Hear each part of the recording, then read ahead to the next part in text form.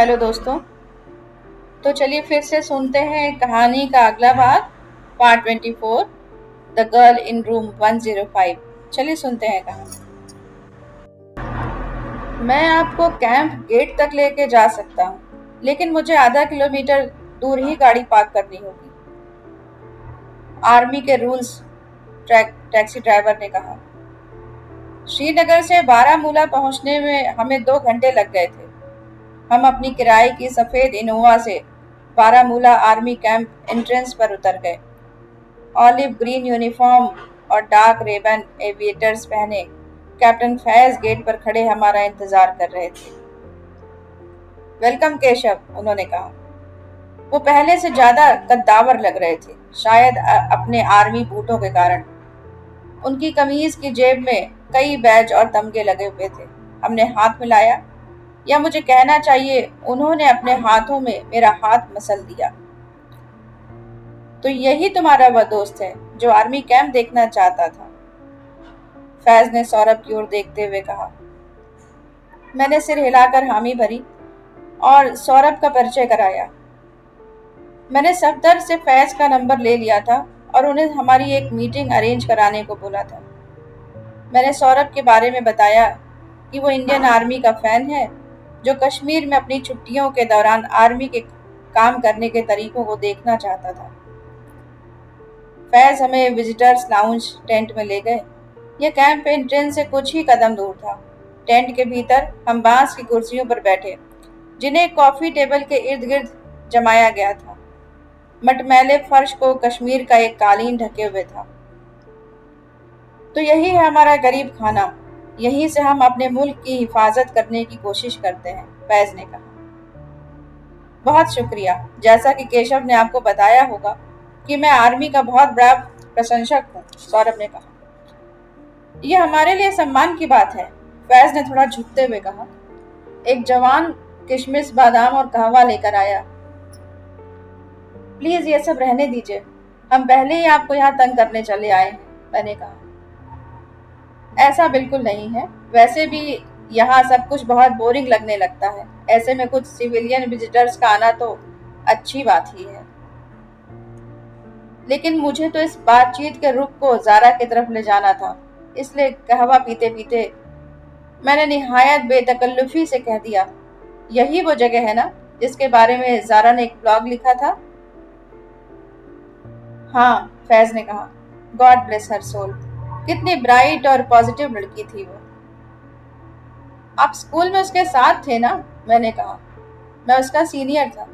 उसके और मेरे परिवार के बीच दोस्ताना ताल्लुक थी।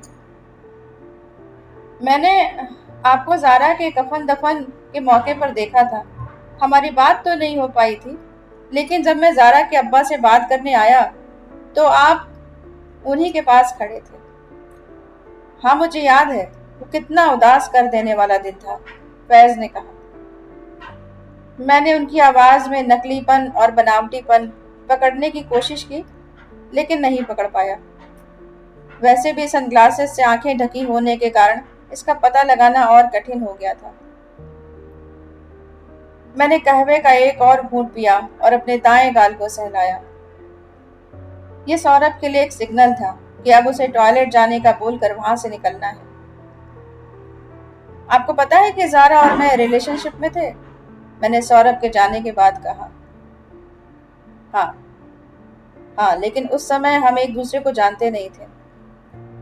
आप जारा से आखिरी बार कब मिले थे? मैंने अपनी टोन को कम से कम सवालिया बनाते हुए कहा। ओह, ये तो अब याद नहीं। 1 साल से ज्यादा समय हो गया होगा। शायद हम दिल्ली में उसके घर पर ही मिले थे। उसके बाद फिर आपकी उससे बात नहीं हुई? सीधे आपको उसकी मौत की खबर ही मिली? हो सकता है कभी कभी कोई कैचअप कॉल कर लिया हो, लेकिन कुछ खास नहीं। क्यों? मैंने सिर हिलाते हुए कहा। मैं अभी तक उस हादसे से उबर नहीं पाया हूँ। मैं बस सोचता ही रह जाता हूँ कि क्या हुआ होगा। यह वॉचमैन की कारस्तानी थी ना? वाहियात। ये किस किस्म की सिक्योरिटी हुई? लड़कियों की सुरक्षा आज भी हमारे लिए एक बड़ी चुनौती बनी हुई है। मैंने सिर हिला दिया। मुझे लगा कि मेरे ट्राउजर्स की जेब में रखी इयररिंग्स मेरी जांघों पर चुभ रही हैं। तब तक सौरभ बाथरूम से लौट आया। मैंने विषय बदल दिया। कैप्टन, यहाँ पर अकेलापन नहीं खलता है। खलता तो है।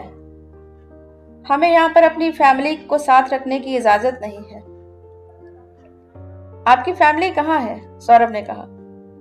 मेरे बीवी बच्चे अभी दुबई में हैं, वहां मेरे साले साहब रहते हैं। ओह, मैंने कहा और अपनी कमर सीधी करके बैठ गया। सौरभ और मैंने एक दूसरे को कनखियों से देखा। क्या? फैज ने कहा। आप इतने यंग हैं कि लगता नहीं कि आपकी शादी हो गई होगी, सौरभ ने कहा। फैज मुस्कुरा दिए। शुक्रिया, आर्मी आपको फिट रखती है। मैं 31 साल का हूँ। मेरे जुड़वा बेटे हैं 3 साल के। तो आपकी वाइफ दुबई में रहती हैं? मैंने कहा। नहीं, वो केवल पिछले 6 महीने से वहां अपने भाई के साथ हैं। उसके बाद दोनों बच्चों के स्कूल शुरू हो जाएंगे। आर्मी ने हमें दिल्ली में एक घर दिया है, हम वहीं रहते हैं। ये तो बहुत अच्छी बात है कि आर्मी अपने लोगों का ख्याल रखती है, मैंने कहा। हाँ, अर्जुन विहार में एक छोटा सा फ्लैट मुझे दिया गया है, लेकिन हमारे पास ग्राउंड फ्लोर का मकान है जिसमें एक छोटा सा गार्डन भी है। दोनों बच्चे उसी में खेलते रहते हैं। दिल्ली जैसे शहर में अपना एक गार्डन होना लग्जरी है, सौरभ ने कहा। वैसे वो गार्डन छोटा सा ही है। हमारे आसपास फौज के बहुत सारे परिवार रहते हैं। इससे हमारी एक कम्युनिटी बन गई है जो एक दूसरे की मदद करती है। सलमा वहाँ बहुत महिलाओं से मिलती जुलती है और सभी औरतें बैठकर अपने शौहरों की गैर मौजूदगी के बारे में बातें करती रहती हैं, फैज ने हंसते हुए कहा। आप अक्सर दिल्ली जाते हैं? जब भी नौकरी इजाजत दे चला जाता हूँ। वैसे नौकरी ज्यादा इजाजत देती नहीं। तब तो आप अपने परिवार को बहुत मिस करते होंगे, सौरभ ने कॉफी टेबल पर रखी प्लेट से मुट्ठी भर बादाम उठाते हुए कहा। हर रोज, हर पल उन्हें याद करता हूं मैं, फैज ने ठंडी आह भरते हुए कहा। उन्होंने अपने सनग्लासेस निकाल दिए।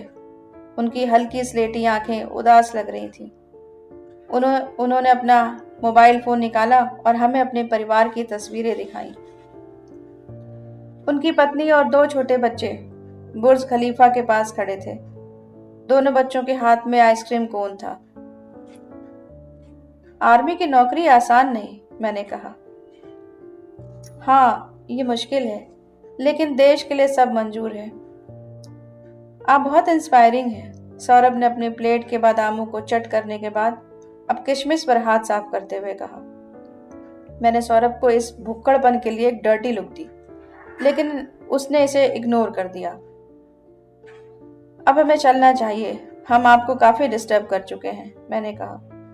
सभी उठ खड़े हुए। डिस्टरबेंस वाली कोई बात ही नहीं, मेहमानों से मिलकर अच्छा ही लगता है, खास तौर पर वे जो हमारे काम की कद्र करते हो। आइए मैं आपको कैंप का वो हिस्सा दिखा दूं जहां पर सिविलियंस को जाने की इजाजत है। हम सैनिकों के टेंट्स और फायरिंग रेंज के इर्द गिर्द चलने लगे। टूर के बाद फैज हमें कैंप के गेट तक छोड़ने आए। हम दोनों साथ चल रहे थे, जबकि सौरभ हमसे कुछ कदम आगे था। जारा के मामले में मेरे पास लेटेस्ट न्यूज नहीं है। क्या हो रहा है उसमें? फैज ने कहा। वही, लक्ष्मण हिरासत में है, मुकदमा अभी शुरू नहीं हुआ है, मैंने कहा। कातिल वही है ना? उन्हें कोई और ऐसा आदमी नहीं मिला है जिस पर शक हो। तो लगता तो यही है कि लक्ष्मण ने ही जारा को मारा था, मैंने कहा। मेरे हाथ जेब में थे और मेरी उंगलियां इयररिंग्स को छू रही थी। बास्टर्ड, मैं उम्मीद करता हूं कि इसको मौत की सजा दी जाएगी, फैज ने कहा। क्या जारा ने आपसे कभी किसी और चीज के बारे में बात की थी? मैंने कहा। कैप्टन थोड़े से तन गए। पहली बार वो इस बातचीत के दौरान थोड़ा असहज लगे थे, लेकिन उन्होंने जल्द ही रिकवर कर लिया। कोई और चीज? जैसे कि क्या जारा ने कभी आपको बताया था कि उसके कोई दुश्मन है, या कभी उसने कोई खतरा महसूस किया था? बिल्कुल नहीं, वो नॉर्मल थी और अपनी लाइफ को लेकर एक्साइटेड रहती थी। क्यों? कुछ नहीं, बस ऐसे ही। मैंने आपको बताया था ना कि मैं उसकी मौत के सदमे से अभी उबर नहीं पाया हूं। मैं भी। लेकिन ये वॉचमैन लोग ये गांव देहात से आते हैं और अनपढ़ होते हैं। प्राइवेट सिक्योरिटी गार्डों की फौज के जवानों से कोई तुलना ही नहीं की जा सकती। बिल्कुल, मैंने कहा। हम कैंप गेट तक पहुंच गए। ड्राइवर अपनी कार लेकर वहां पहुंच गया था और सौरभ उसमें बैठने लगा था। क्या आप सिकंदर को अच्छे से जानते थे? मैंने फैज से कहा। फैज ने सनग्लासेस चढ़ा लिए। जारा का सौतेला भाई? नहीं, जारा और मेरी दोस्ती उसके दिल्ली आने के बाद ही हुई थी। वो सिकंदर को बहुत प्यार करती थी। फैज ने कंधे उचका दिए। वो ऐसी ही थी, सबको प्यार करने वाली, सबका ख्याल रखने वाली। वो इस तरह का अंत डिजर्व नहीं करती थी। खैर, मेरे ख्याल से तुम्हारा ड्राइवर तुम्हारा इंतजार कर रहा है। तुम सीधे अंगारों पर बैठकर खुद ही क्यों नहीं पक जाते? मैंने कहा। हम शिकारा रेस्टोरेंट में आए थे और हमारी हाउस बोट से थोड़ी ही दूर पर था। रेस्टोरेंट के बाहर जूट की चारपाई पर बैठने की व्यवस्था थी। हर चारपाई के पास अंगीठी थी। कश्मीर में कड़ाके की सर्दी थी और तापमान गिरकर 3 डिग्री पर आ गया था।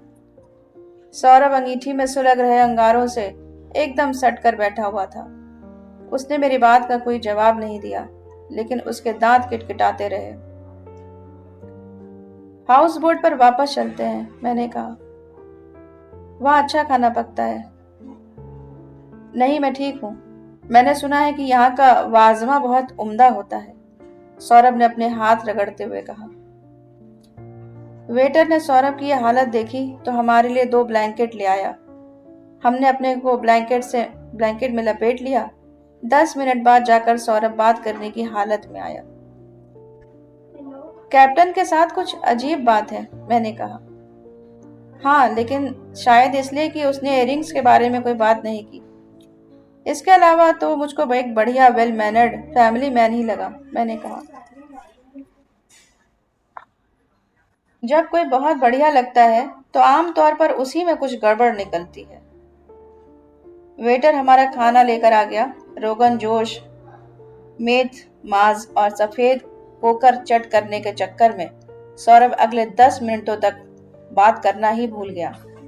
वाजमा कश्मीर का खास भोज होता है। एक अच्छे खासे वाजमा में 3 दर्जन तक डिशेस हो सकती हैं, जिनमें से अधिकतर धीमी आंच पर रात भर पकाई जाती हैं और कम्युनल स्टाइल में परोसी जाती हैं। तुम मेरी थ्योरी सुनना चाहोगे? मैंने कहा। सौरभ ने डकार मारी। मैंने इसे ही उसकी हाँ समझ लिया। वो जारा को पसंद करता था, मैंने कहा। रोमांटिकली?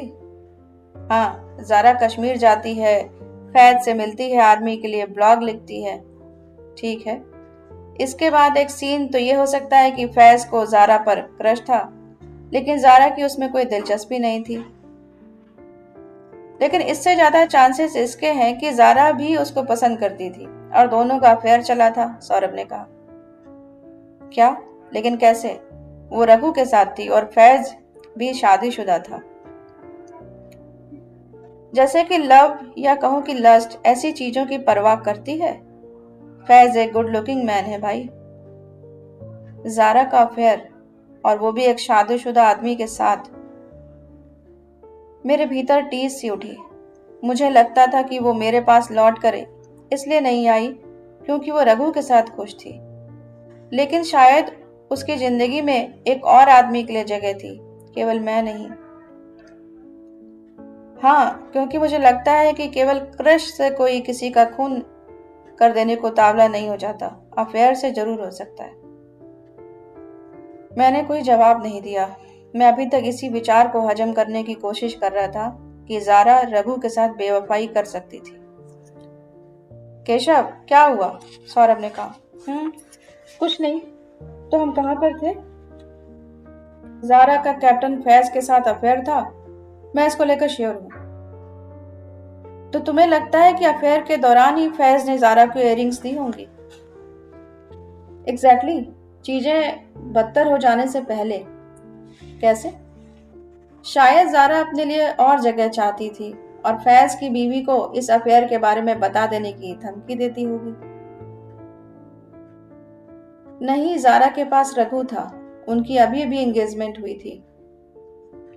Fair point.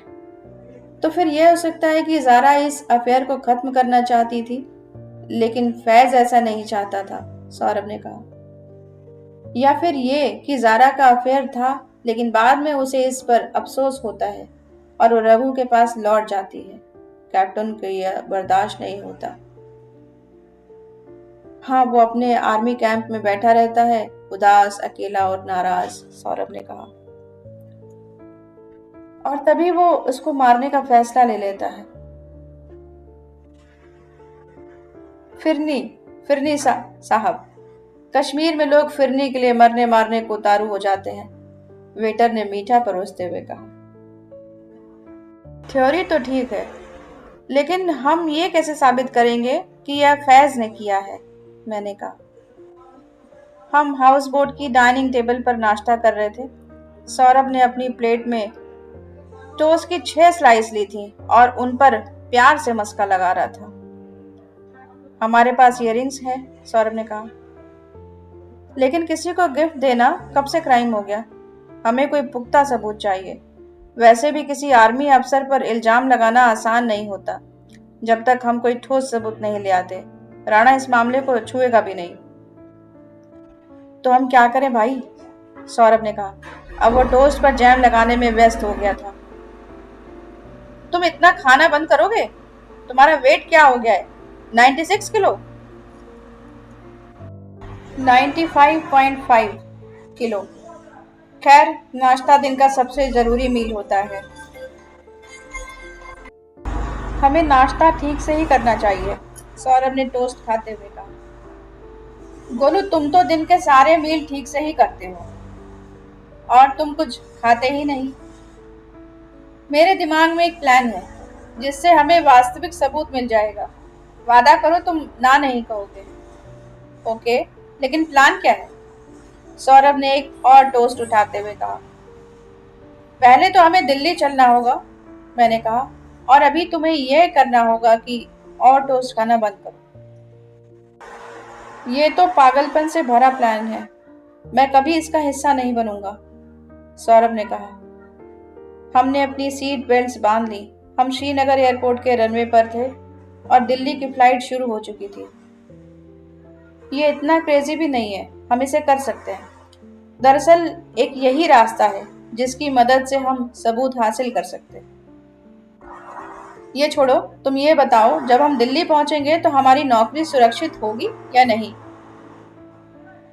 हमारी छुट्टियां 3 हफ्ते लंबी हो चुकी थी। तुमने चंदन को मेरे स्टमक इन्फेक्शन के बारे में ईमेल किया था ना? मैंने कहा।